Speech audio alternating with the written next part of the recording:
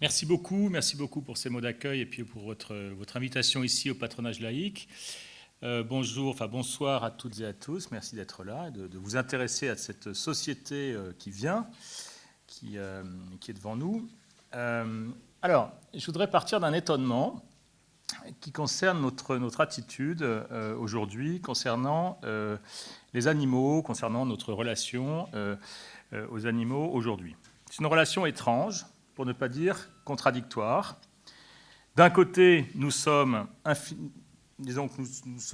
rapprochés, on le disait à l'instant, des animaux, infiniment rapprochés des animaux, notamment parce que la biologie de l'évolution depuis Darwin nous a appris que nous sommes d'anciens animaux ou des animaux d'un certain type. Et puis, par ailleurs, sur un terrain davantage moral, parce que nous sommes bien davantage sensibles à leur souffrance qu'auparavant. Ce sont pour nous des êtres sentients, comme on dit en anglais. Depuis quelques années, les éthiques animales, en terre anglo-saxonne, mais aussi européenne, se multiplient. Et donc, les animaux ont acquis un statut moral nouveau.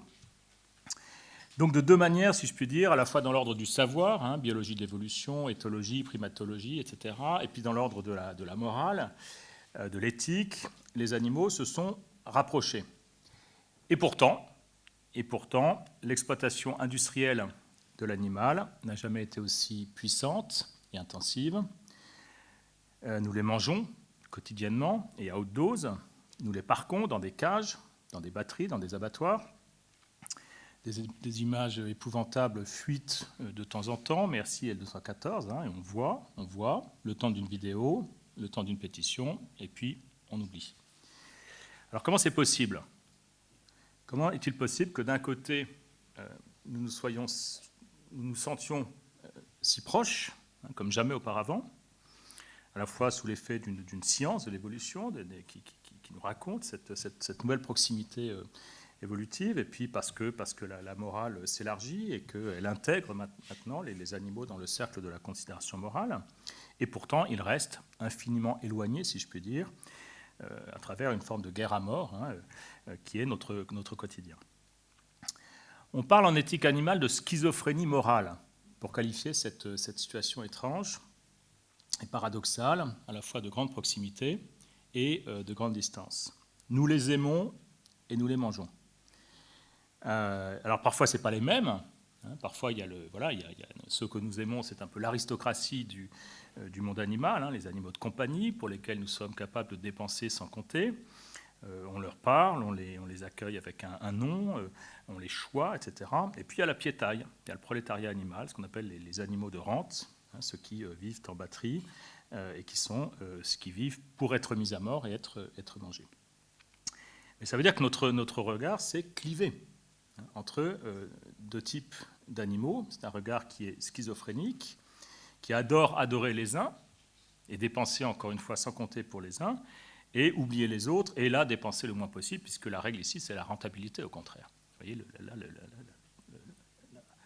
la différence est radicale. Il y a un passage célèbre en éthique animale, c'est une anecdote, mais qui qui figure assez bien cette schizophrénie morale. C'est Peter Singer, qui est peut-être le plus grand, le plus connu des spécialistes d'éthique animale, puisqu'il lance en quelque sorte, enfin il n'est pas exactement le premier, mais en tout cas il est un des premiers à lancer cette question de l'éthique animale dans les années 70, avec un best-seller, un véritable best-seller en 1975, qui s'appelle La Libération animale. Et dans la préface de La Libération animale en 1975, Peter Singer raconte qu'il est invité, alors il était en Angleterre, il est invité à prendre un thé chez une dame qui le reçoit et qui lui dit « Ah, j'adore les animaux, j'ai des animaux de compagnie, des petits chiens, j'ai un chat, etc. » Et elle dit ça en mangeant un petit sandwich au jambon. Et Peter Singer remarque la chose. Et lui qui n'a pas d'animaux de compagnie, et lui qui est là justement pour qu'on ne mange plus des sandwichs au jambon, remarque cette attitude qui échappe totalement à cette dame. Je pense qu'on en est tous là, d'une certaine manière.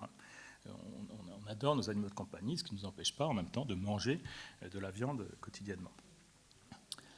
Alors, je pense que c'est notre situation à nous tous aujourd'hui, pour la plupart d'entre nous. Dirions-nous que nous sommes hypocrites ? Je ne pense pas, je pense que c'est plus profond que ça, c'est ce que je voudrais vous voir avec vous aujourd'hui.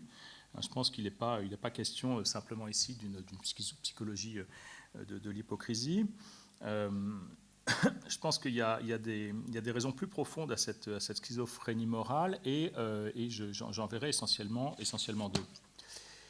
D'abord, il y a l'oubli, ce que j'appellerais l'oubli de l'exploitation animale, et qui n'est pas juste psychologique, au sens où c'est davantage un oubli structurel.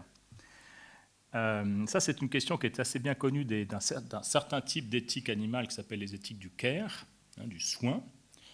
Le soin, le care en anglais, c'est pas juste prendre soin d'eux, c'est aussi faire attention. Il y a dans le care, to take care about something, to care, c'est pas seulement soigner, c'est aussi faire attention.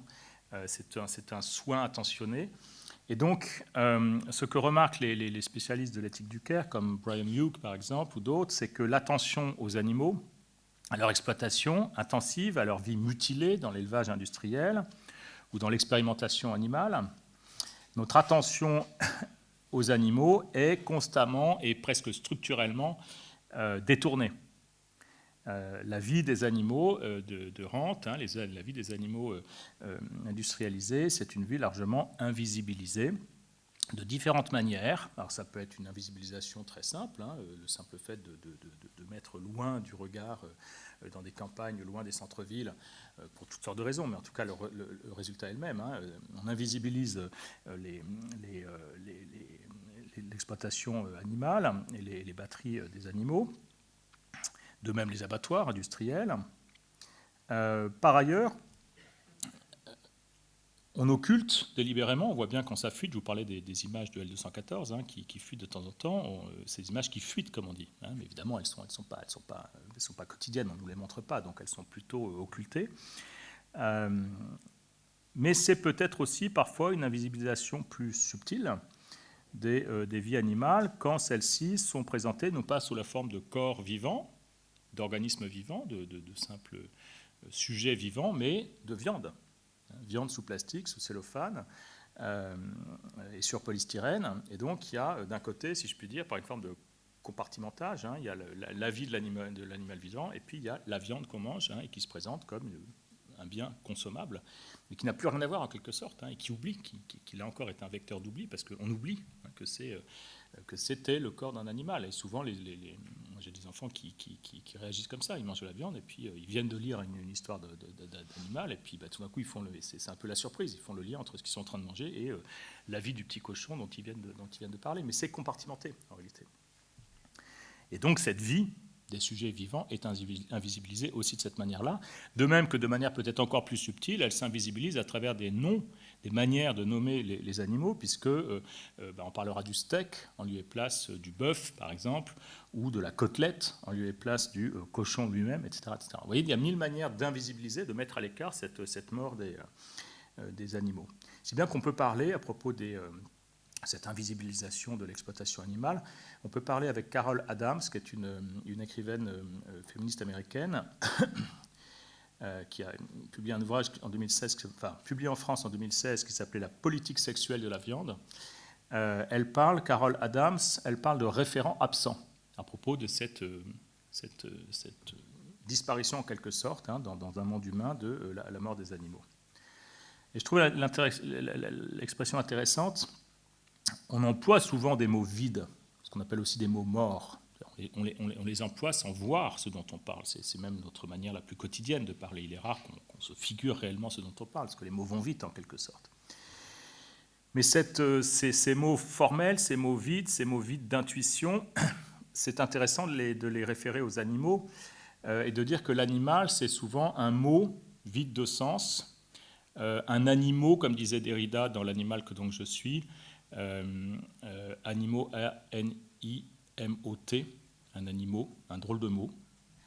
C'est un jeu de mots intéressant que fait Derrida dans cet ouvrage posthume qui concerne notre rapport aux animaux. C'est un magnifique ouvrage, L'animal que donc je suis, et dans lequel animaux, c'est un peu un grand mot qui nous permet d'oublier, déjà, premier oubli, la diversité des espèces et des vies animales. Un grand mot fourre-tout, mais qui déjà, d'une certaine manière, occulte la diversité des vies animales. Et puis par ailleurs, on pourrait prolonger cette réflexion de Derrida à travers ce jeu de mots, l'animaux, et dire, oui, non seulement on occulte la diversité, mais on occulte aussi leur vie réelle et puis ultimement leur mort. En ce sens, le premier pas, si je puis dire, vers une éthique animale et vers une meilleure prise en considération de leur vie et de leur mort, le premier pas, la voie d'entrée, si je puis dire, si nous voulons penser, pour reprendre ce jeu de mots PAN-SER, si nous voulons penser les animaux et commencer par remédier en quelque sorte à la souffrance que nous leur infligeons, peut-être que le premier pas, c'est un pas attentionnel, tout simplement. C'est essayer de se rendre compte de ce qui se passe, tout simplement, de se rendre compte de ce qui se passe en batterie, en abattoir, etc., dans les fermes aussi, pourquoi pas. Et donc simplement prendre le temps de voir, d'imaginer, d'intuitionner, de s'identifier à, d'empathiser, etc. Faire attention à ce qu'ils vivent. Et comme si le préalable d'une réforme éthique, ou le premier pas, ou le seuil d'une réforme éthique, de ce point de vue-là, serait avant toute chose de les considérer pour eux-mêmes en première personne, on pourrait dire. Et là, la première personne, c'est qu'est-ce que je vivrais si j'étais à sa place. Et là, on est au plus loin d'un mot vide. Là, on est vraiment dans un mot. Là, le mot, il est plein. Il est rempli par une expérience vive. Et c'est peut-être ça qui serait le premier pas. C'est pour ça que la littérature est si importante. Il y a des expériences de littérature qui consistent à se mettre à la place d'un animal, etc. Ou même tout simplement à décrire. La littérature peut être si importante. Cette imagination empathique peut être si importante. Il y a eu une expérience importante de ce point de vue-là, qui est un petit peu le paradigme, l'illustration peut-être la plus frappante. C'est une spécialiste américaine de zootechnie qui s'appelle Temple Grandin. Temple Grandin, c'est une femme chercheuse américaine qui a cette particularité d'avoir un Asperger, qui n'a pas empêché de devenir une spécialiste mondialement célèbre des zootechnies, c'est-à-dire des techniques d'exploitation du corps animal. Et elle a pris la peine, dans les années 90, elle est assez célèbre pour différentes raisons, mais en particulier pour ça, elle a pris la peine d'aller y voir elle-même, en chair et en os, si je puis dire, dans les abattoirs, pour voir ce que ça fait de suivre le couloir de la mort, comme on dit, pour un bœuf, pour un cochon, etc. Et elle a réussi à montrer qu'il y avait toutes sortes de détails inutilement stressants, angoissants pour les animaux, énormément de bruit, des objets en métal contondants, comme on dit, toutes sortes de choses qu'elle a réussi à réformer, parce que les abattoirs américains se sont prêtés à ce jeu, pour différentes raisons, mais en tout cas, elle a réussi à réformer un certain nombre de protocoles dans les abattoirs américains. Alors ça, c'est le premier point concernant notre schizophrénie morale. Je vous le disais, peut-être davantage qu'une simple hypocrisie qui concernerait chacun, c'est un oubli peut-être plus systémique, si je puis dire, que simplement chacun comme ça, oubliant.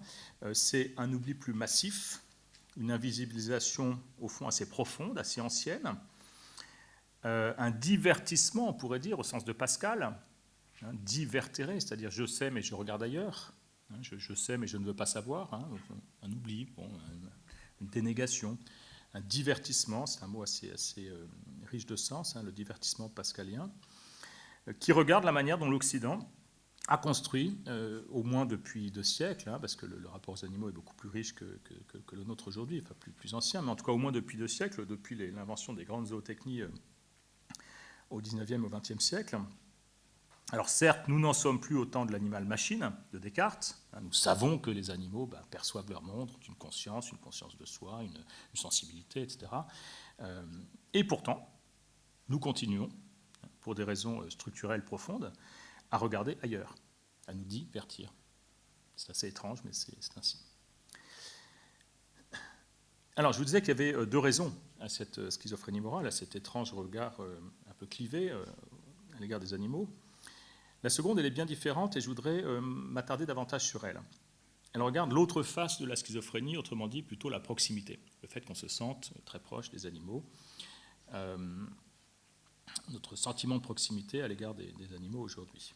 C'est relativement nouveau. Ça regarde, je vous l'ai dit, aussi bien le savoir que la morale, ce que la biologie de l'évolution n'a cessé de nous apprendre depuis 175 ans, depuis Darwin, disons. De même que ça regarde une certaine évolution de la morale, des cercles concentriques, comme disait Peter Singer.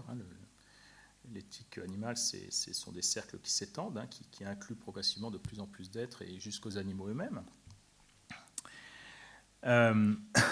Donc c'est une proximité nouvelle, qui est pleine, on pourrait dire, de bons sentiments, on pourrait dire, mais qui, justement, comme tous les bons sentiments, n'est peut-être pas très efficace. C'est peut-être ce qu'on pourrait lui reprocher, puisque ça n'empêche pas, précisément, de se divertir et de regarder ailleurs, et au fond, faire peu de cas de l'exploitation animale.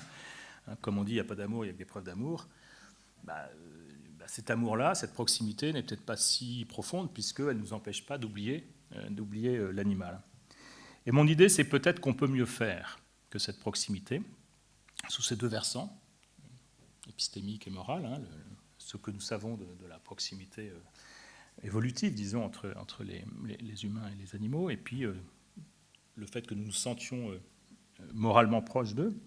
Je pense qu'on peut mieux faire, je pense qu'on peut mieux penser cette proximité nouvelle et de manière plus précise qu'on ne le fait d'ordinaire. L'animal s'est rapproché, la science nous en apprend toujours et tous les jours davantage sur cette proximité biologique. Par ailleurs, notre sensibilité évolue chaque jour davantage du côté d'une plus grande attention. Mais sur ces deux fronts, la science et la morale, je pense que nous pâtissons de certains biais que j'aimerais déconstruire avec vous, et en particulier d'un biais qui a été évoqué à l'instant. Pour le dire d'un mot, je dirais que nous sommes aujourd'hui volontiers biocentristes. Alors je préférais, on pourra s'en expliquer tout à l'heure, mais le mot biocentrisme à zoocentrisme, que j'utilisais encore il y a quelques temps, mais nous sommes aujourd'hui volontiers biocentristes au sens où nous mettons la vie animale et la vie en général au centre de la vie humaine.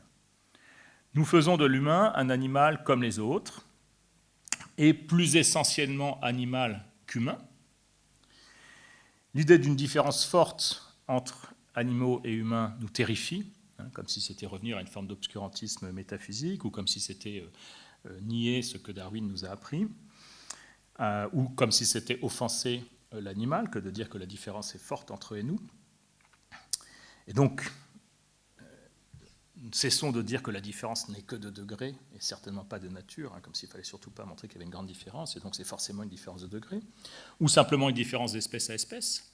Il ne peut pas y avoir plus de différence entre un humain et toutes sortes d'animaux qu'entre les animaux entre eux. Il est vrai que la différence entre une chauve-souris et un éléphant est telle qu'on pourrait se dire il n'y a pas plus de différence qu'entre les humains et les animaux non humains. Bon. Mais voilà, différence de degré, différence d'espèce, donc purement biologique.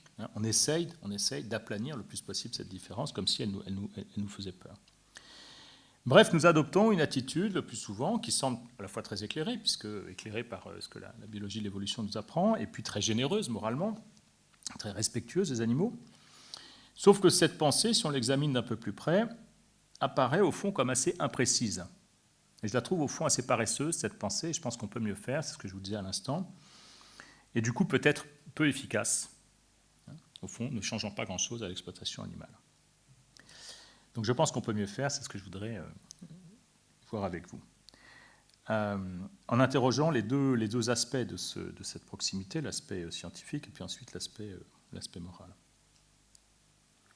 Au fond, il s'agit d'interroger une pensée une pensée progressiste, comme on dit. Et donc je le ferai avec des pincettes. Je ne voudrais pas écarter d'un revers de main tout ce discours, parce qu'au fond, il est à la fois très généreux, il va dans le bon sens, et puis il est très instruit. Il ne se raconte pas d'histoire. Darwin a raison. Enfin, Darwin, c'est un événement qui nous concerne tous. Nous venons des animaux, nous sommes issus d'une histoire évolutive, donc il ne s'agit absolument pas de nier ça. Au contraire, mais peut-être de mieux penser à la fois cette filiation animale et ces devoirs qui sont les nôtres à l'égard des animaux.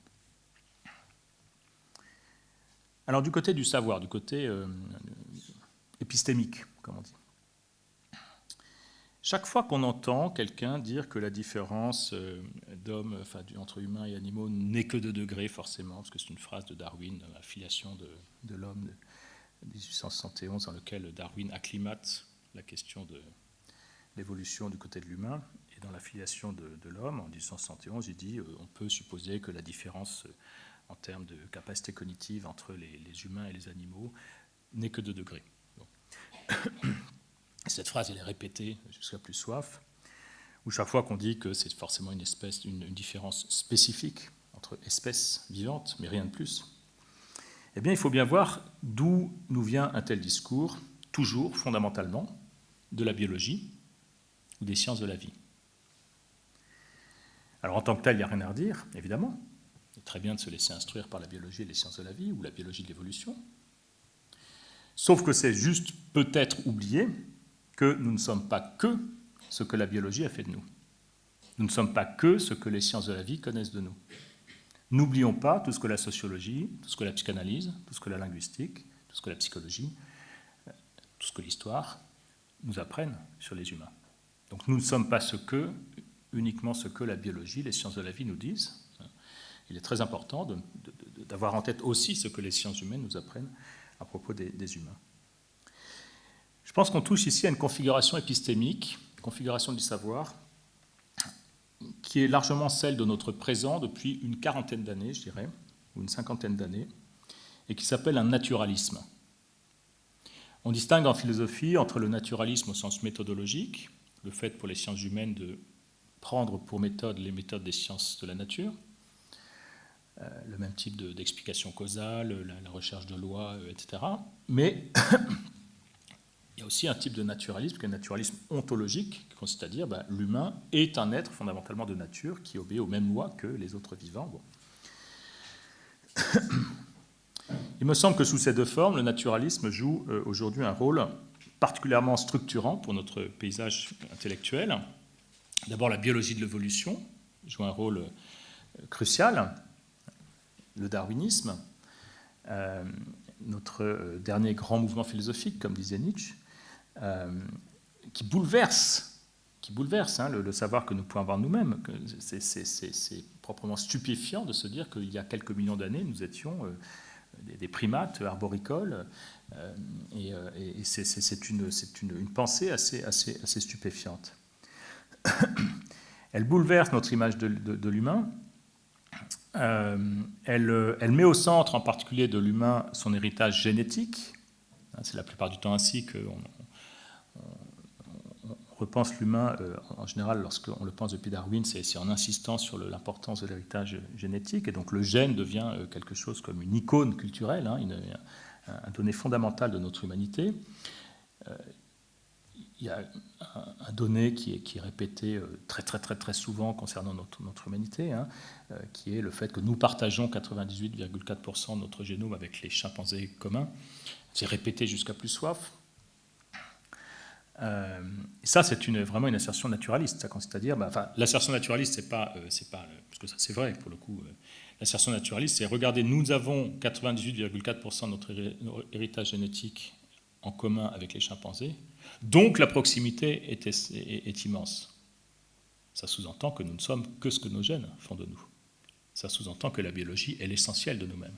Cette conclusion, elle est très partiale. Vous voyez, autant le fait, il n'y a rien à dire sur le fait lui-même, autant la conclusion, le fait de conclure que du coup la proximité est immense, c'est occulter tout ce qui n'est pas génétique dans l'humain. Biologie de l'évolution, primatologie. La primatologie est essentielle dans ce paysage naturaliste, essentielle. Les performances, les compétences des chimpanzés, des gorilles, des orang-outans, mais surtout des chimpanzés, sont omniprésentes autour de nous. Franz de Waal est un primatologue américain qui a énormément d'importance aux États-Unis, qui joue un rôle très important, qui est pour montrer qu'il y a du chimpanzé en nous. Il y a le chimpanzé commun qui fait la guerre, et puis il y a le chimpanzé pygmée, le bonobo, qui lui fait l'amour, au contraire. Et on est pris entre ces deux tendances. Et de Waal dit il y a de l'espoir chez l'humain parce qu'il ne fait pas que la guerre. Regardez, il y a aussi de l'empathie. Et il y a un ouvrage qui s'appelait L'âge de l'empathie. Et pour montrer qu'il y avait de l'espoir chez les humains, il fallait d'abord se référer aux chimpanzés, bonobo. Et voilà, le Kama Sutra bonobo nous donne de l'espoir concernant les humains, comme si nous étions essentiellement des chimpanzés, ou comme si nous étions ce que Jared Diamond, qui est un écrivain américain, de best-seller américain, appelle le troisième chimpanzé. Nous sommes un troisième chimpanzé, parce que génétiquement, nous sommes un troisième chimpanzé. Dans ces assertions, Jared Diamond, Franz de Waal, il n'y a pas grand-chose de spécifiquement ou d'originalement humain chez l'humain. Il y a essentiellement ce que l'héritage génétique des chimpanzés a fait de lui, mais rien d'autre, en quelque sorte. Et puis, alors, au-delà de la biologie de l'évolution, au-delà de cette importance presque grand public, en quelque sorte, de la primatologie, qui nous tend une espèce de miroir étonnant, comme si nous étions essentiellement des chimpanzés, on se regarde dans cette étrange figure des chimpanzés, c'est assez étonnant et assez nouveau. Eh bien, il y a aussi les neurosciences cognitives. Et ça, c'est très important en sciences humaines, l'importance du cerveau, croisée avec l'importance de ce qu'on appelle l'intelligence artificielle. cette façon de remodéliser le fonctionnement cognitif humain depuis ce que nous savons des ordinateurs et depuis ce que nous savons du fonctionnement du cerveau. Et là, il y a une espèce de greffe entre la biologie des neurosciences et l'intelligence artificielle et ce qu'on appelle les neurosciences cognitives. Et ça, c'est un modèle très puissant en sciences humaines hein, pour repenser l'humain depuis le fonctionnement cognitif hein, de son cerveau. C'est un des aspects de ce naturalisme contemporain. Très important, mais qui, d'une troisième manière en quelque sorte, hein, repense l'humain depuis la vie en lui, depuis la nature en lui. Biologie de l'évolution, primatologie, neurosciences cognitives. Ça dit beaucoup, je dirais, de la manière dont nous pensons l'humain aujourd'hui. Ça naturalise très profondément l'humain aujourd'hui. Le gène, le cerveau, le singe, c'est même le titre d'un ouvrage d'un sociologue de Nanterre qui s'appelle Sébastien Lemerle, le singe, le gène, le neurone. Il parle de trois icônes culturelles, trois fétiches contemporains, mais qui ont ceci de commun, le cerveau, le gène, le singe, de déposséder en quelque sorte la vie humaine d'elle-même, de faire que l'essentiel de nous-mêmes, c'est dans la vie, et non pas dans ce que nous faisons en première personne, en quelque sorte. Mon cerveau est davantage moi-même, en quelque sorte, que ce que je vis en première personne. Mes gènes, le chimpanzé dans lequel je me réfléchis, en sait davantage sur mon humanité. Vous voyez, il y a une façon de décentrer l'humain à lui-même. C'est pas moi qui ai du mal à m'endormir pour des raisons personnelles, c'est mon système endocrinien qui dysfonctionne. C'est pas moi qui ai des tentations criminogènes, c'est mon cerveau qui dysfonctionne. Ce n'est pas moi qui suis homosexuel, par exemple, on pourrait dire, parce qu'il y avait toute une question sur le gène de l'homosexualité qui a fait beaucoup de débats aux États-Unis, et tout d'un coup on disait, en fait, il y a un gène de l'homosexualité, donc ça de même qu'il y avait toutes sortes de débats sur l'autisme aussi, qui disaient non, ce n'est pas les mères qui sont coupables, c'est pas les mauvaises mères, les mères congélateurs en quelque sorte, c'est un héritage génétique, etc. Bon. Et c'était très déresponsabilisant et très réconfortant en quelque sorte. Et la communauté homosexuelle, je parle du gène de l'homosexualité, mais qui a fait long feu en quelque sorte, mais la communauté homosexuelle américaine avait aimé en quelque sorte cette façon de dire, en fait, voilà, c'est la nature en nous, on ne l'a pas choisi, il n'y a pas d'histoire personnelle, c'est comme ça, et ça naturalisait, et ça leur faisait du bien en quelque sorte. Mais au-delà de ce débat sur la génétique, et vous voyez, il y a cette idée que la vie humaine se démet en quelque sorte d'elle-même au profit d'une nature qui fait tout en elle. Trois sciences, trois sciences ou trois fétichisations, dont on pourrait dire d'une certaine manière qu'elles accréditent une forme de biocentrisme. La vie en nous, davantage que ce que l'humain fait de lui-même, que ce que l'humain construit de lui-même. Comme s'il y avait un héritage génétique, un héritage évolutif qui était l'essentiel de ce que nous sommes. Ce que je vis, ce que je fais, ce que je perçois en première personne, sera toujours moins important que ce que m'en apprennent les sciences de la vie en troisième personne. Comme si je me faisais le spectateur, en quelque sorte, de mon humanité. Et de fait, les sciences de la vie sont des sciences, et donc elles objectivent, et donc elles tiennent un discours en troisième personne sur leur objet. Et donc, par penchant professionnel, si je puis dire, il est bien normal qu'elles privilégient l'explication causale en troisième personne ou l'établissement de lois en troisième personne. Mais du coup, elles oublient un peu facilement que les vivants sont des sujets, les sujets de leur comportement. Comme dit Georges Canguilhem, qui est un philosophe de la médecine et qui a beaucoup écrit sur le vivant, je le cite, dans Le Normal et le Pathologique, qui est son ouvrage le plus célèbre, sans doute, Le Normal et le Pathologique, en 1945. Ce qui porte l'oiseau, c'est la branche et non les lois de l'élasticité. Ce que mange le renard, c'est un œuf de poule et non la chimie des albuminoïdes ou les lois de l'embryologie. Le renard vit sa vie de renard. Il a en face de lui un œuf, il a une branche qui est son... Mais ce n'est pas des lois.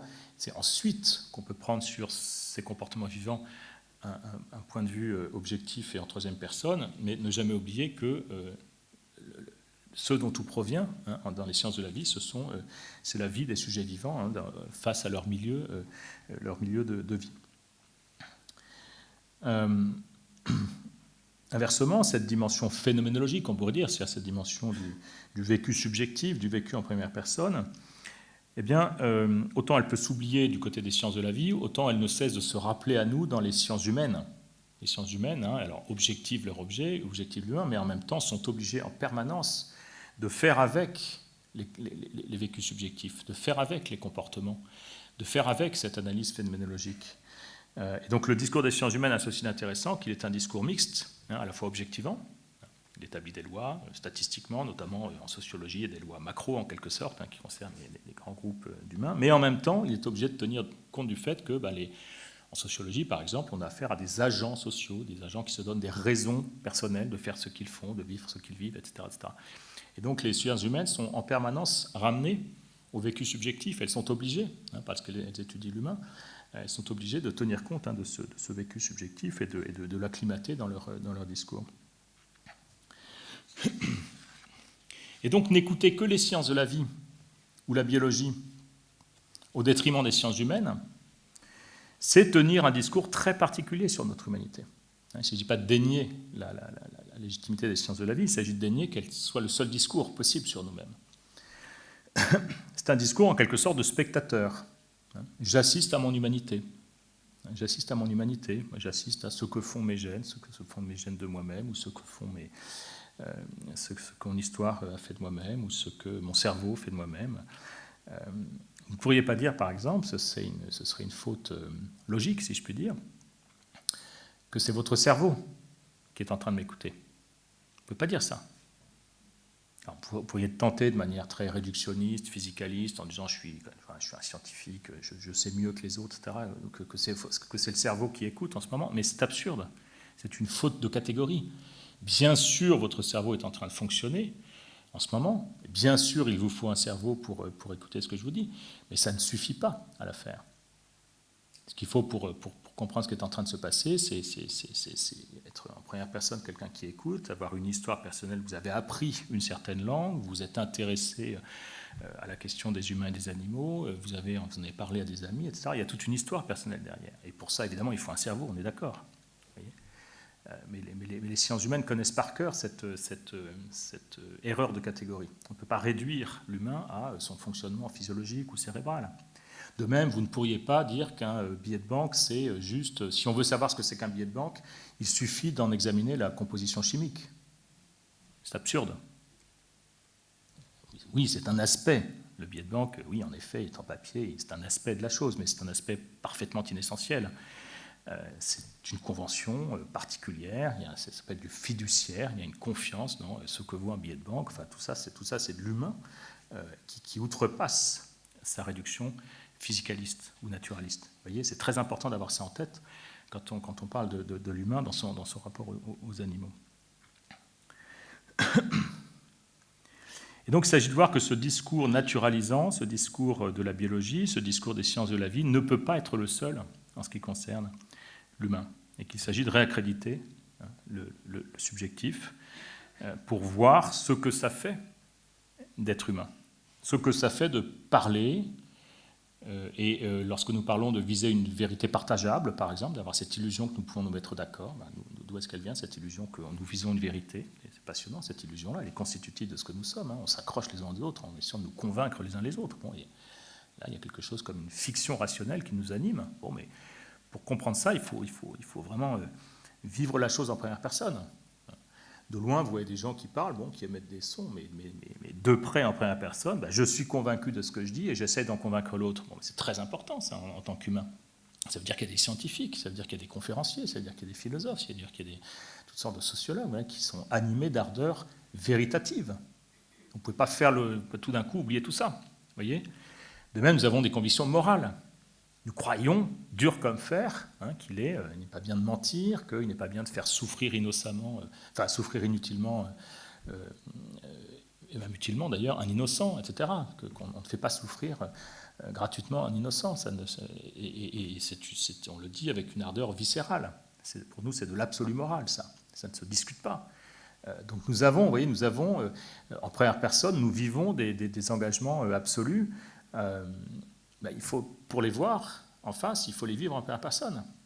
Encore une fois, de loin, vous voyez différentes sociétés humaines, vous dites, ah bah oui, tout est relatif, elles ont chacune leurs normes différentes, etc. Bon, et vous ne voyez rien, mais en première personne, chacune des sociétés, chacun des membres de cette société a des convictions très puissantes.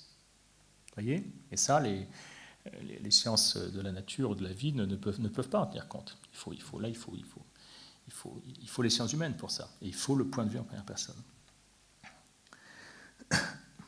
Donc je pense que réaccréditer cette dimension vécue du savoir, réaccréditer le discours des sciences humaines dans le discours que nous tenons concernant l'humain, a toute son importance dans ce paysage qui est le nôtre aujourd'hui, ce paysage foncièrement naturalisant ou biologisant qui est le nôtre aujourd'hui. Ou, pour le dire un peu différemment, je pense qu'il s'agirait simplement d'être un peu plus précis lorsque nous comparons les comportements animaux et humains. On entend souvent dire, c'est une espèce de jeu intellectuel, il n'y a plus de propre de l'homme. Alors à chaque fois qu'on assiste à une performance animale, on dit ah c'est encore un propre de l'homme qui tombe. Alors on voit des animaux qui jouent, donc le jeu n'est pas le propre de l'homme. On voit un singe qui a l'air de rire, l'humour n'est pas le propre de l'homme, etc. Franz de Waal, la politique n'est pas le propre de l'homme, puisqu'il y a une politique de la réconciliation chez les chimpanzés, etc. etc. En fait, pour être plus précis, la politique des chimpanzés est une politique de la domination. En effet, il y a une forme d'élection chaque soir du singe dominant qui veillera quand les autres dorment. Bon, très bien, donc il y a du coup une nécessité pour ce singe dominant de passer des alliances toute la sainte journée pour être en effet celui qui dominera le soir et qui aura cet honneur d'être celui qui domine. Mais la politique interhumaine est-elle une politique de la domination? Non, on le sait, c'est le secret de Polichinelle de toute philosophie politique. Le pouvoir ne tient pas, un pouvoir purement dominant ne tient pas en place plus de 3 minutes. Le b.a.-ba de tout pouvoir, c'est de se montrer légitime, de se faire croire légitime, de montrer que je suis là pour votre bien. C'est le premier. Enfin, le pouvoir est bavard, on le sait tous. Il produit de la propagande, il produit des images, il produit des mots pour se légitimer. Donc on est toujours au-delà de la force pure. On est dans une force qui tente de se légitimer. Ça, il n'en est pas question chez Franz de Waal. Franz de Waal nous raconte une politique de chimpanzé, mais il n'est pas question chez lui d'une politique proprement humaine. Donc oui, c'est ce type de précision que nous connaissons par cœur en sciences humaines qui manque à ce discours biologisant. De même qu'il parle beaucoup d'empathie, Franz de Waal, par exemple. Je ne vais pas m'acharner sur Franz de Waal, mais il parle beaucoup d'empathie. Il dit, regardez, il y a de l'empathie chez les chimpanzés. Oui, mais la grande différence entre des mouvements d'empathie, il y en a en effet des mouvements d'empathie chez certaines espèces animales, on en connaît. Mais la grande différence est tout simplement que ce sont des mouvements occasionnels d'empathie, là où chez les humains, l'empathie, elle est systématisée à travers des codes moraux. C'est-à-dire, on nous apprend, depuis que nous sommes enfants, à nous mettre à la place des autres. Il y a un système moral, une institution qui change tout. Et ça, ce n'est pas une métaphysique, ce n'est pas regarder, nous sommes supérieurs. C'est simplement que les humains considèrent qu'il faut se mettre à la place des autres et qu'on vit, de manière empathique les uns avec les autres, mais nous nous sommes fait un système, nous nous sommes fait une institution de cette empathie. Oui, ça fait une énorme différence.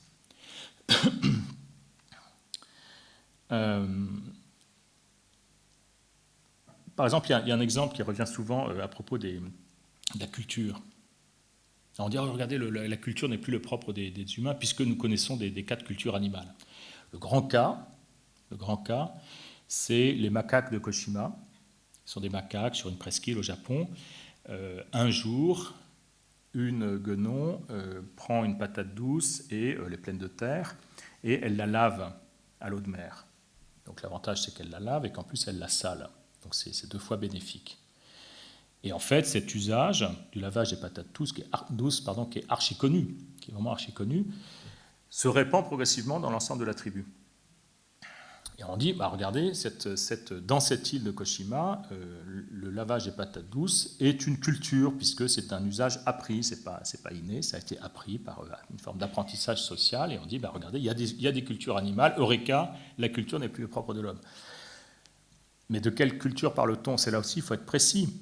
On parle d'un usage local. On ne parle pas d'une institution, on ne parle pas de règles, on parle juste d'un usage local qui s'est transmis par une forme de ce qu'on appelle un apprentissage social. Bon. Mais par ailleurs, la grande différence entre ce type d'apprentissage et un apprentissage humain, c'est que dans le cas des patates douces des macaques, l'usage s'est répandu très lentement. Il a fallu plusieurs années. Parce qu'en fait, l'idée de pédagogie, l'idée d'imitation n'est pas au centre. Donc ça s'est fait un peu par hasard. En fait, quand la guenon lavait sa patate douce, elle n'avait pas l'intention de l'apprendre aux autres. C'est un petit singe qui, à côté, regarde ça un peu par hasard. Ce qui l'intéresse, c'est surtout la patate, donc il ne regarde pas les gestes eux-mêmes, etc., etc. Donc il n'y a pas d'institution pédagogique. Ça fait une énorme différence. Quelques années pour pour que cet usage se répande. Chez les êtres humains, il aurait fallu quoi, quelques minutes, 10 minutes, parce que nous avons des institutions faites pour ça. Venez voir, je vais vous montrer quelque chose, regardez. Puis vous avez vu en plus sa salle. Bon, voilà, puis en 10 minutes c'est fait. Mais tout simplement, et non pas parce que nous sommes supérieurs, mais tout simplement parce que nous avons des institutions qui sont faites pour ça. Et que la pédagogie est au centre de la vie humaine. La transmission des savoirs, la transmission des ressources cognitives, comme on dit, est au centre. Bon, mais c'est pas une forme d'anthropocentrisme ou de métaphysique humaniste. C'est juste que la vie est différente chez les humains parce qu'elle est centrée sur, là en l'occurrence ici, sur une transmission du savoir. Alors ça, je termine là-dessus. Donc ça, c'est l'aspect proprement scientifique de la proximité. En fait, voilà, je pense qu'il faut rééquilibrer en quelque sorte le poids des sciences humaines et des sciences de la vie dans notre appréciation du rapport entre les humains et les animaux. L'autre versant du dossier, c'est le versant moral, qui joue, je pense, un rôle considérable dans notre biocentrisme, dans l'idée que nous serions des animaux comme les autres, ou que nous serions plus essentiellement vivants que parlants ou humains. Et au fond, l'idée elle est assez simple. Elle consiste à dire, bon, pendant des siècles, nous avons été anthropocentristes. L'anthropocentrisme, c'est cette idée, en effet, très métaphysique, hein, que l'humain est radicalement différent des autres animaux et qu'il leur est supérieur. Et d'une manière générale, je dirais qu'on a largement tourné, au moins depuis Darwin, cette page de l'anthropocentrisme, hein, de la supériorité métaphysique, en quelque sorte, du vivant humain. Et l'ayant tourné, on se dit, regardez, avant, nous nous considérions supérieurs aux animaux, nous pensions que nous étions à part et au-delà, uniques à l'image du Dieu unique, etc. Donc, bon. Et ça nous a autorisé à une exploitation à mort, etc. Donc l'anthropocentrisme est coupable. Et donc, l'idée, c'est qu'une trop grande différence entre les animaux et les humains autorise l'exploitation et donc elle est coupable, cette trop différence, et donc cette trop grande différence, et donc il faut l'oublier. Et donc ne disons rien qui puisse offenser l'animal, et donc le plus simple c'est de dire, au fond il n'y a pas grande différence. Si l'idée d'une trop grande différence est coupable, le plus simple c'est de dire qu'au fond il n'y a pas grande différence, et donc l'humain est un animal comme les autres. N'offensons pas l'animal, comme on dit, et nous éviterons toute forme de maltraitance. Alors je pense que là, il y a une forme de sensibilité d'époque, une espèce de scrupule moral, comme si creuser la différence, c'était prendre le risque de discriminer, comme on dit. Et donc contre ce risque de la discrimination, c'est-à-dire de la différence qui fait mal, de la différence moralement dégradante, il est peut-être plus confortable tout simplement de dire que, mais avant tout autre examen, de dire que nous sommes à peu près les mêmes, nous sommes des animaux comme les autres, et à peu de choses près, ou à une différence de degré près. Bon. C'est très politiquement correct, d'une certaine manière. Vous voyez, c'est une façon de dire, au fond, voilà, on est à peu près les mêmes, et comme ça, il n'y aura pas de problème, on n'offensera pas l'animal. Politiquement correct au sens où c'est une moralisation du discours. Une façon de moraliser le discours, c'est-à-dire d'infléchir ce qui est à partir de ce qui doit être. Le politiquement correct, c'est un dire qui a peur de mal dire. Or, autant il peut être bon, en effet, de parler plus respectueusement les uns des autres. Il y a dans ce scrupule davantage de respect, et tant mieux. autant penser sous contrainte morale ou se donner une définition de l'humain sous contrainte morale, ça n'a pas de sens, si je puis dire. Il faut résister à cette moralisation soit de la philosophie, soit de la science, comme si on se forçait à penser dans un sens soi-disant moral. Ça n'a pas de sens. Produire une conception biaisée de l'humain pour ne pas être offensant, ou une conception imprécise, infidèle à notre expérience de sujet, ou infidèle à ce que nous apprennent les sciences humaines, vous voyez, ça n'a pas de sens. Et surtout, je pense qu'on pourrait répondre à ce type de scrupule, qu'on peut parfaitement assumer une vraie différence, qu'on peut parfaitement assumer que nous sommes très clairement différents des animaux, ou qu'ils sont très clairement différents de nous, mais cette différence ne nous empêche pas de les respecter. On peut parfaitement respecter à distance. On peut parfaitement respecter, c'est ce que je vous montrerai tout à l'heure. Pour terminer, je vous montrerai qu'on peut inventer une éthique ou un respect dans la différence. On n'a pas besoin de s'imaginer un animal comme les autres, on n'a pas besoin de cette fable très politiquement correcte, mais qui au fond est très imprécise, on vient de le voir du côté scientifique, et qui en plus ne fait pas de la bonne morale. Parce que on se fait croire que nous sommes des animaux comme les autres pour mieux les respecter, mais en fait on pourrait parfaitement respecter des animaux malgré leur immense différence. Après tout, nous n'accordons pas moins de respect aux handicapés, les plus touchés, si je puis dire, par leur handicap, à des enfants qui ne parlent pas encore, à des vieillards complètement séniles, etc., etc. La différence est colossale, et pourtant le respect est absolument là, parce que le respect ne s'appuie pas sur une similitude. Le respect interhumain ne s'appuie pas sur une similitude. Donc pourquoi vouloir absolument rappeler qu'il y a des capacités cognitives communes, etc., et que donc on doit les respecter? Mais ce n'est pas comme ça que s'institue le respect humain. Il s'institue parce qu'il doit être, mais il n'a pas à se justifier à partir de compétences particulières. Ce n'est pas comme ça que fonctionne la morale. Donc on peut parfaitement respecter dans la différence. Et donc je pense que ce scrupule moral à l'égard des animaux qui honore notre époque, véritablement. Il y a des combats animalistes qui sont des combats magnifiques, et ce sont des combats de gens très courageux. Mais je pense ça ne devrait pas induire une vision faussée de notre humanité. Ça n'est pas la peine, en fait. Ça n'est pas la peine. Je voudrais faire une petite remarque concernant cette proximité nouvelle à l'égard des animaux sur le terrain moral, et le fait que nous soyons devenus sensibles à leur sensibilité, sensibles aux souffrances, sensibles à leur sentience, comme on dit. Je pense que ça dit beaucoup de notre époque, et c'est tout à l'honneur de cette époque, et de ceux qui défendent la cause animale, mais au fond c'est assez nouveau, et ça dit quelque chose d'intéressant, je trouve. Nous sommes devenus sensibles à leur sensibilité, à ce qu'on appelle leur sentience, donc c'est le terme anglais sentience, mais qui s'est accrédité en français. D'ailleurs, ce n'est pas par hasard si ça s'est accrédité en français, c'est que ça a une importance considérable. On aurait pu dire sensibilité, c'était pareil, mais on préfère sentience. Bon, mais ça dit justement peut-être quelque chose comme un fétiche, donc la sentience animale, et ça dit justement le fait que la souffrance des animaux, leur souffrance dans l'exploitation industrielle, nous importe, et c'est nouveau. Or, cette inflation de la sensibilité, de la sentience, le fait que nous soyons devenus sensibles à leur sensibilité, à leur immunité sensible, dit quelque chose peut-être de plus général qui concerne pas seulement notre rapport aux animaux, mais je dirais plus fondamentalement et plus généralement notre rapport aux autres. Et ça dit quelque chose d'une certaine conception de la politique, c'est-à-dire la façon de vivre en commun et d'organiser ce vivre en commun aujourd'hui. Je pense que notre rapport politique à l'autre homme a changé et a mis la sensibilité au centre.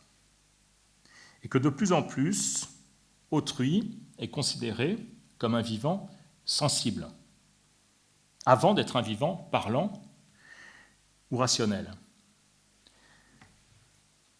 Et là, je vous parle d'une représentation un peu mainstream, d'une représentation un peu courante du vivre en commun, mais au fond assez dégradée, une représentation un peu publicitaire, au fond. Mais je pense bien souvent, on se contente un peu de cette représentation un peu déflationniste de la vie en commun, et qu'elle gagne du terrain, et je la trouve très appauvrissante, Et elle a rapport avec la vie, précisément. Elle est une forme de biocentrisme. Elle consiste à dire que vivre socialement, vivre avec les autres en société, c'est vivre avec des êtres qui se définissent essentiellement par leur immunité. Le pire serait de leur faire du mal, physiquement ou moralement, de les blesser ou de les juger. Comme si le fond du fond de la vie sociale, c'était ça, c'était des immunités qui ne craignaient rien, ou des individus qui ne craignaient rien d'autre que pour leur intégrité, pour leur immunité. Vous voyez ? Comme si nous étions surtout des individus préoccupés par notre propre intégrité, physique ou morale, et que la vie sociale n'était rien d'autre que cela.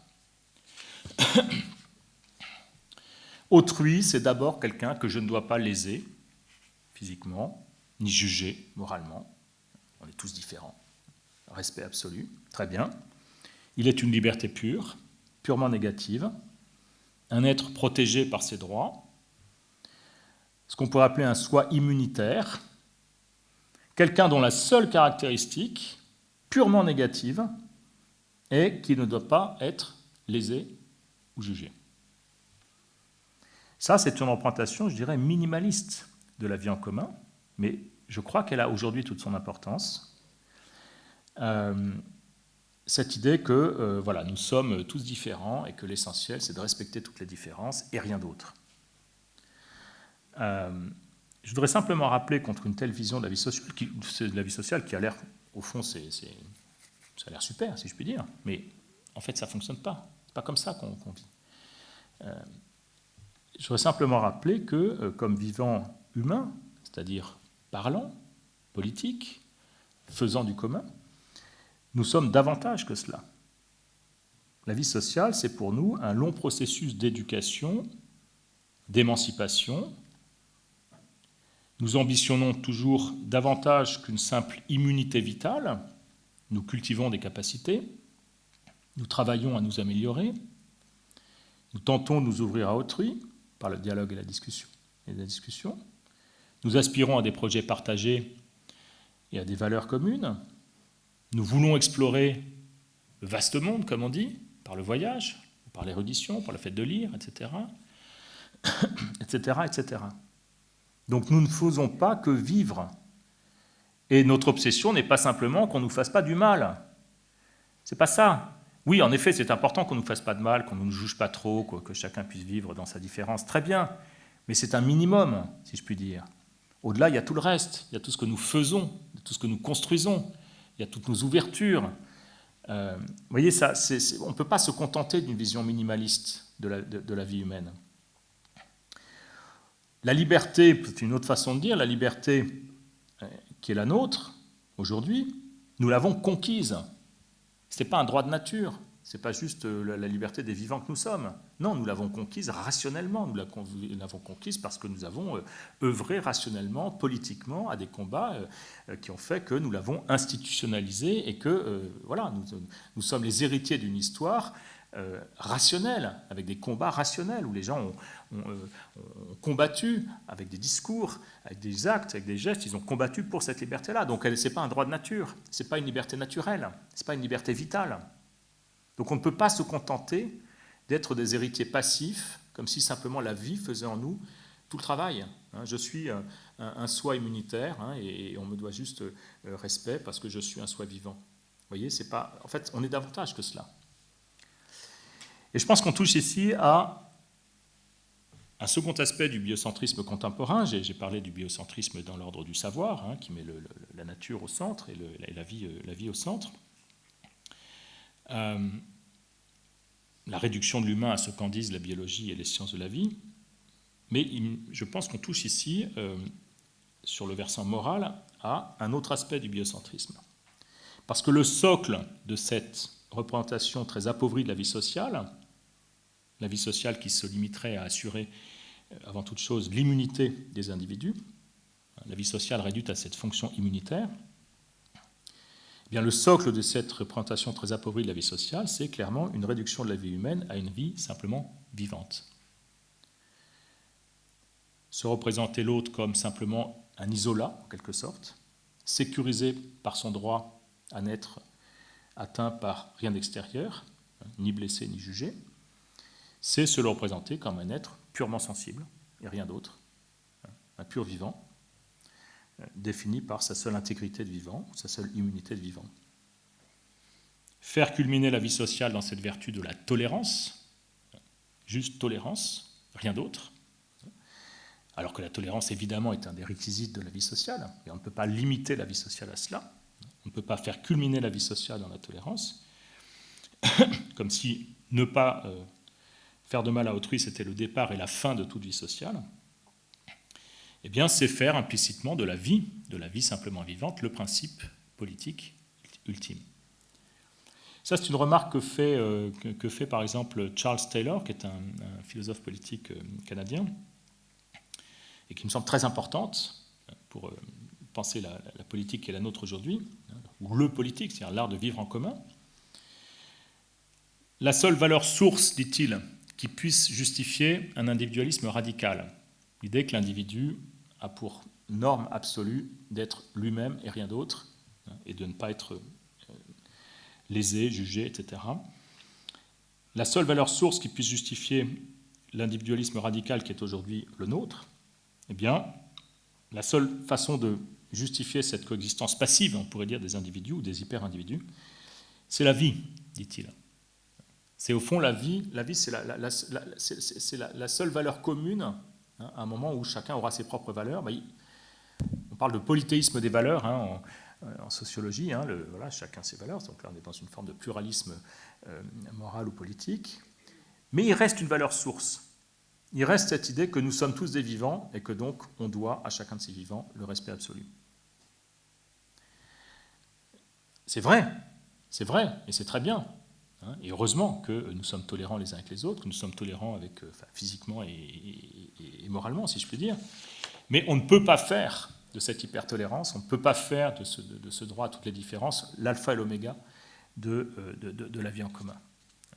Il nous faut aussi cette éducation au commun, il nous faut aussi cette éducation à la curiosité, il nous faut cette éducation à la discussion, au dialogue, etc. Et ça, c'est sortir de soi. Ça n'est pas se contenter d'une vie nue. C'est rationaliser, mais en un sens presque viscéral, c'est-à-dire rationaliser, la raison, c'est être capable de se décentrer en direction des autres, de discuter, de s'ouvrir à autre chose que soi. On ne peut pas se contenter d'une représentation de la vie humaine comme vie nue.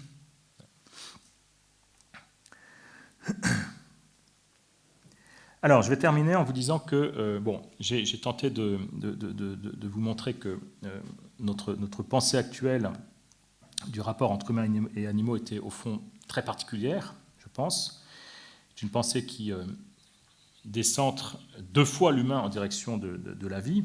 C'est une pensée doublement biocentriste, à la fois dans l'ordre du savoir et de la morale. Je pense que ce biocentrisme mérite une certaine critique, il ne va pas forcément de soi. En réalité, ce biocentrisme, chaque fois qu'il s'argumente, il tombe souvent dans la contradiction. C'est-à-dire que souvent, quand on dit regardez, nous savons maintenant que l'humain est un animal comme les autres, toute la primatologie nous l'a appris, Darwin nous l'a appris, etc. Ok, mais alors dans ce cas-là, on mobilise une science très humaine, Darwin, Deval, etc., toutes sortes de primatologues, etc., donc une science très, très humaine qui n'appartient qu'aux humains, pour dire que nous, en fait, nous sommes comme les autres animaux. Donc quand nous argumentons en faveur de la figure de l'homme animal comme les autres, nous argumentons armés d'une science très puissante, toute la biologie d'évolution, l'éthologie animale, la psychologie animale, la primatologie, etc. Donc nous faisons preuve d'une exception humaine assez exceptionnelle, vous voyez, une science qu'aucun animal ne connaît. De même, lorsque nous disons nous devons, l'être humain est un animal comme les autres, et donc il doit respecter les autres animaux autant que lui, quel autre animal que l'humain peut vouloir respecter tous les autres animaux? Là aussi, il y a un exceptionnalisme humain. Vous voyez? Donc on tombe souvent dans ce qu'on appelle en philosophie une autocontradiction performative, en voulant éviter cet exceptionnalisme humain. En fait, on retombe dedans à chaque pas. On ne veut pas l'éviter, on trouve que c'est le pire, mais on retombe dedans dans nos argumentations. On mobilise une exception humaine qui s'appelle la science, une autre exception humaine qui s'appelle la morale du respect des animaux, etc. Mais vous voyez, c'est très humain et c'est très exceptionnel en quelque sorte. Je voudrais pour finir examiner avec vous une toute autre manière d'envisager cette question des relations entre humains et animaux. voudrais prendre le contre-pied du biocentrisme. Essayons de voir si nous ne serions pas mieux inspirés de procéder à partir d'une position qui assumerait la différence. Voilà. Assumons que nous sommes différents.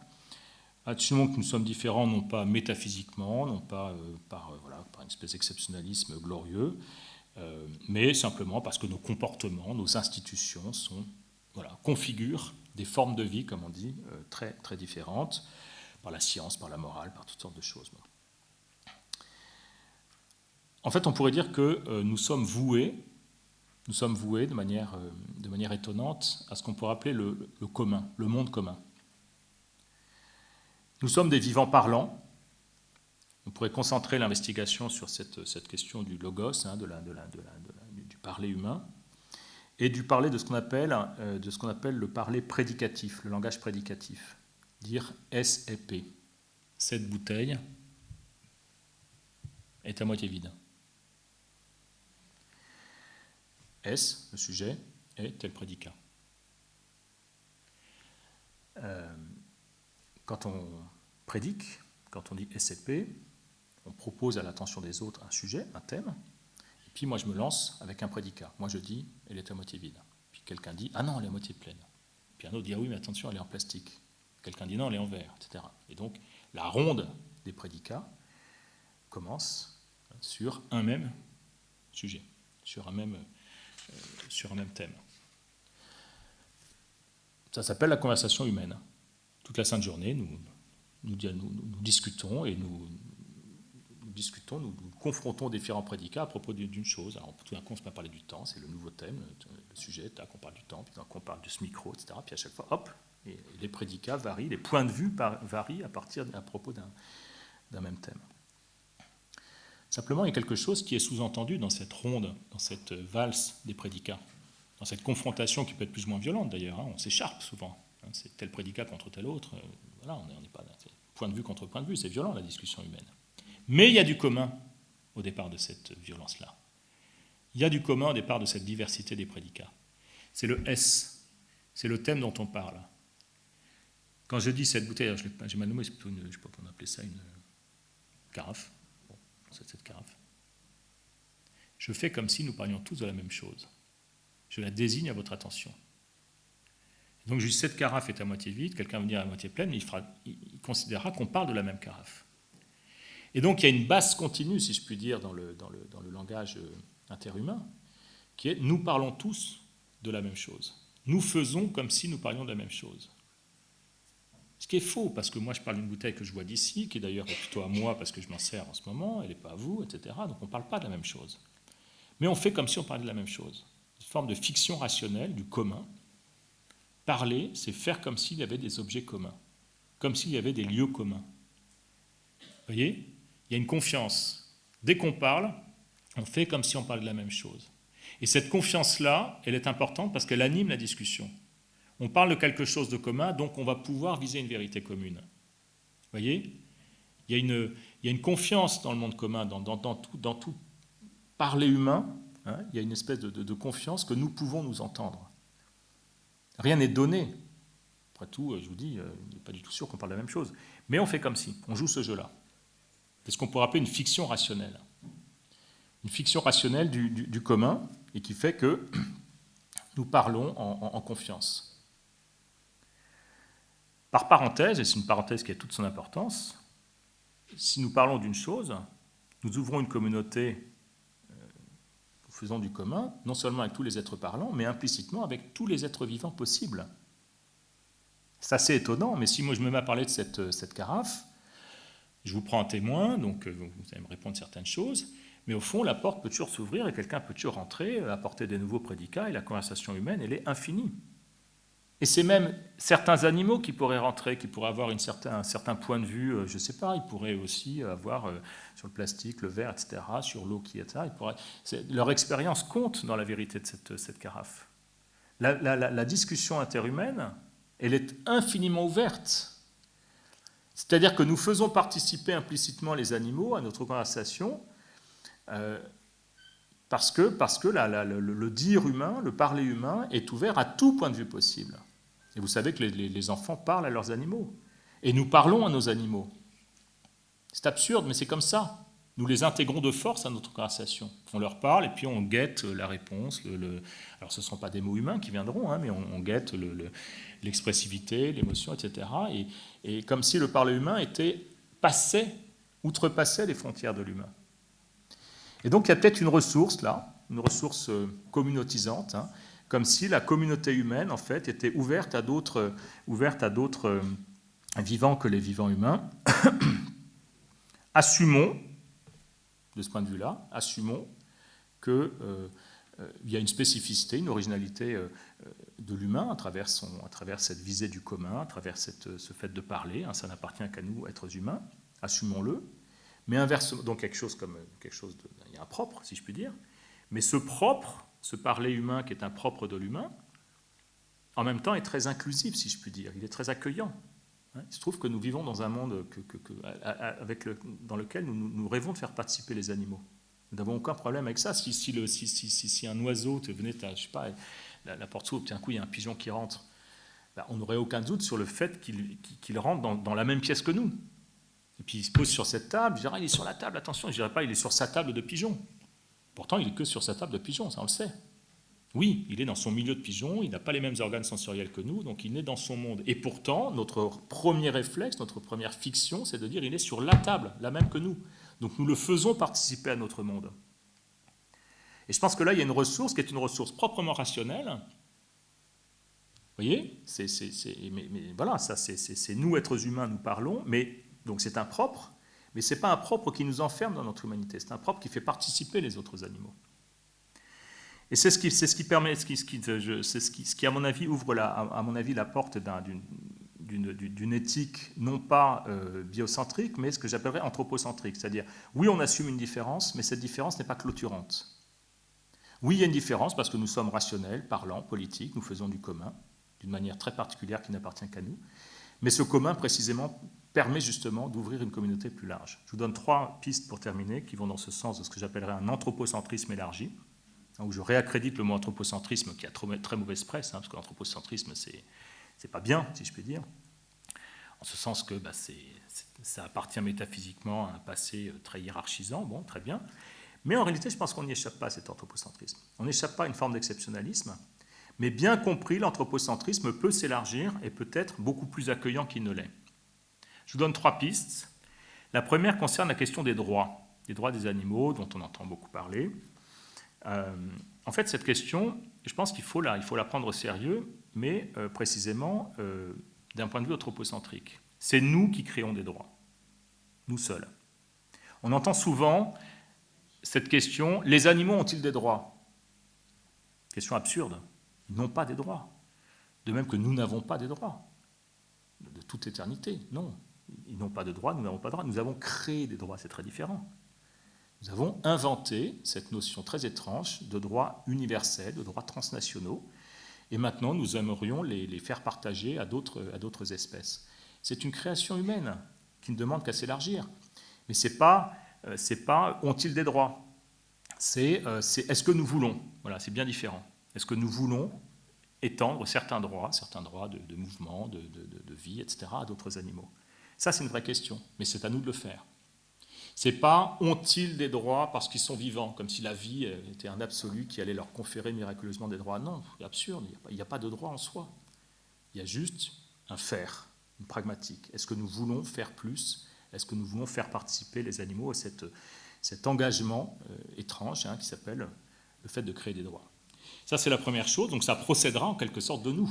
Notre responsabilité est totale, c'est à nous de savoir si nous voulons, et non pas aux animaux, ils ne le font pas, mais c'est à nous, en partant de nous, d'étendre en quelque sorte la sphère des droits. Deuxième piste concernant cet anthropocentrisme élargi, cet élargissement des communautés humaines, ça passera, je pense, par un travail du regard, par un travail de la sensibilité, par le fait de voir autrement les animaux que comme de la viande, par exemple, de les voir comme des sujets. Ça, c'est un travail de la sensibilité. C'est pas rien, c'est de tout d'un coup de voir l'autre animal comme un alter ego en quelque sorte, comme le sujet d'une vie, comme on dit parfois. Ça passera par un travail qui consiste à revenir sur leur invisibilisation, etc., etc. Or, ce travail du regard, je pense, cette façon de voir les animaux comme d'autres personnes en quelque sorte, a rapport là encore avec l'anthropocentrisme. Parce qu'en effet, il y a des êtres, un certain type d'êtres, que nous avons appris à regarder avec respect. Il y a un certain type de corps que nous avons appris à sacraliser. Ce sont les corps humains. Il se trouve que je ne pourrais pas imaginer que je vais manger l'un d'entre vous ce soir, par exemple. Ce serait fou. Ou si je disais à ma fille, tu sais, ça c'est tu es en train de manger je sais pas, la cuisse de ta grand-mère, ce serait horrible. Oui, merci pour votre réaction, mais ce serait horrible. Donc l'imprégnation de la sacralisation du corps humain, elle est très puissante, et c'est une ressource morale. C'est une vraie ressource morale. Il se trouve que nous avons sacralisé, nous avons créé une communauté d'humains qui nous sacralisons les uns les autres et nous sacralisons nos corps. Bon, très bien. Cora Diamond, qui est une végétarienne wittgensteinienne, qui s'appelle un ouvrage qui s'appelle L'importance d'être humain, défend ce type d'anthropocentrisme, justement. C'est-à-dire, il se trouve que nous, humains, ne mangeons pas nos morts. C'est une ressource. Parce que nous sacralisons le corps humain. Dites à un enfant de manger son hamster, il ne pourra pas. Parce qu'il donne un nom à son hamster, parce qu'il en fait une personne, parce qu'il en fait un alter ego, parce qu'il l'a intégré au cercle justement de la communauté interhumaine dans laquelle on se parle, dans laquelle on se considère, etc. Donc cette communauté interhumaine, elle est une ressource. Et elle ne demande qu'à s'élargir. Vous voyez, à nouveau, c'est un anthropocentrisme qui s'élargit.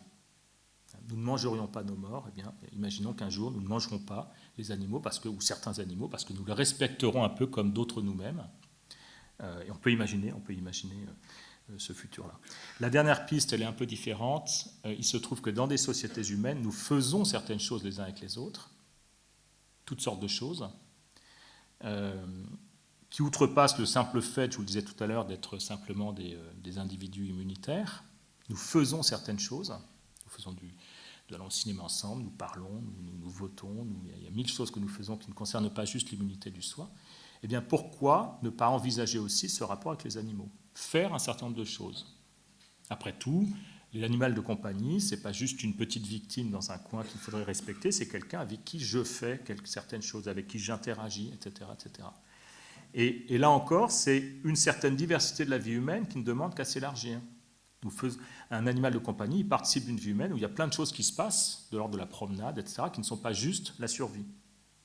Eh bien, peut-être que justement, cette communauté humaine peut être plus participative encore, hein, et intégrer les animaux à toutes sortes d'activités qui sont les nôtres. Et après tout, nous apprendrons beaucoup, sans doute, de cette interaction, parce que le corps animal peut bien des choses que nous n'imaginons même pas.